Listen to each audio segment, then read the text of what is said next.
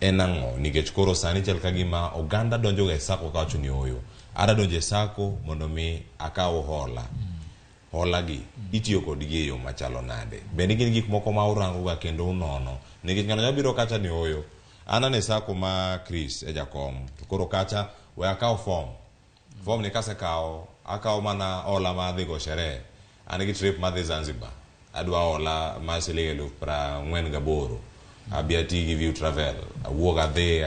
cham ngima Zanzibar taduogi ng'ato penjore ni hola ni kamano hola ni kede gimoro manyalo bedo ni ji donje sako mondo mi oyud koso nitie ber machielo mabiro to hola ni mondo mi yude iluwo chenro maya ng'eni ka koro adaya we thuolo ang kodera ang konwa ang ikonwa ge yo mopogore opogore to hola mosekaw ni oganda dongre kode yo machalo nade mano ka giwuok e sako. Erokamano Cleo kendo kuongi yie na mede gimoro kuma Eric owacho kamano. Kendo Eric okelo wach ma table banking kendo comparing SACCOs gi table banking. Gima nadwa medo kanyo en ni the advantage mar SACCO mana kaka Eric owacho en ni SACCO en ikane to kendo ok poge. Table banking ang'eni en gima uketo to koka igorumo aneno ga ka jike ike modong nono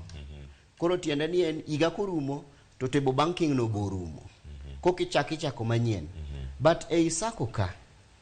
ber ne achiel ni namba table banking bok bed regulated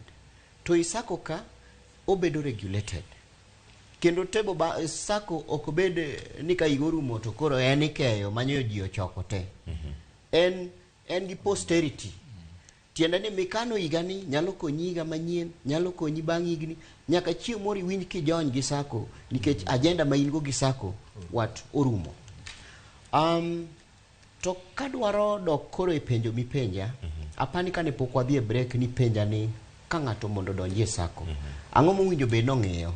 kendo amor nikech brother Eric omedo wacho maler olero mang'eny kaluwore gi the common bond ma wawacho mokwongo cha. But ei donje sako namba achiel gima nyaka ng'ato ng'i ni sako madonje ni objective ang'o ma adware sako en kungo gi holo kende koso nitiere mamoko madware sako. Namba ariyo ng'ato nyaka ng'i the registration sako ni ere kako gurore ere kako tegno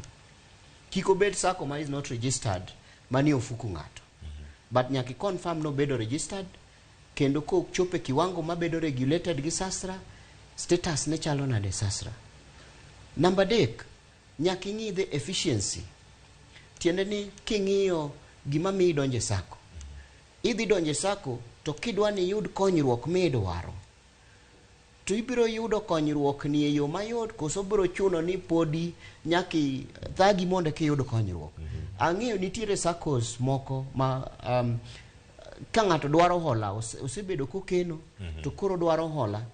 tiyudo ka ikete laini kone ni sani pod ok wanyamiyi hola nikech pesa onge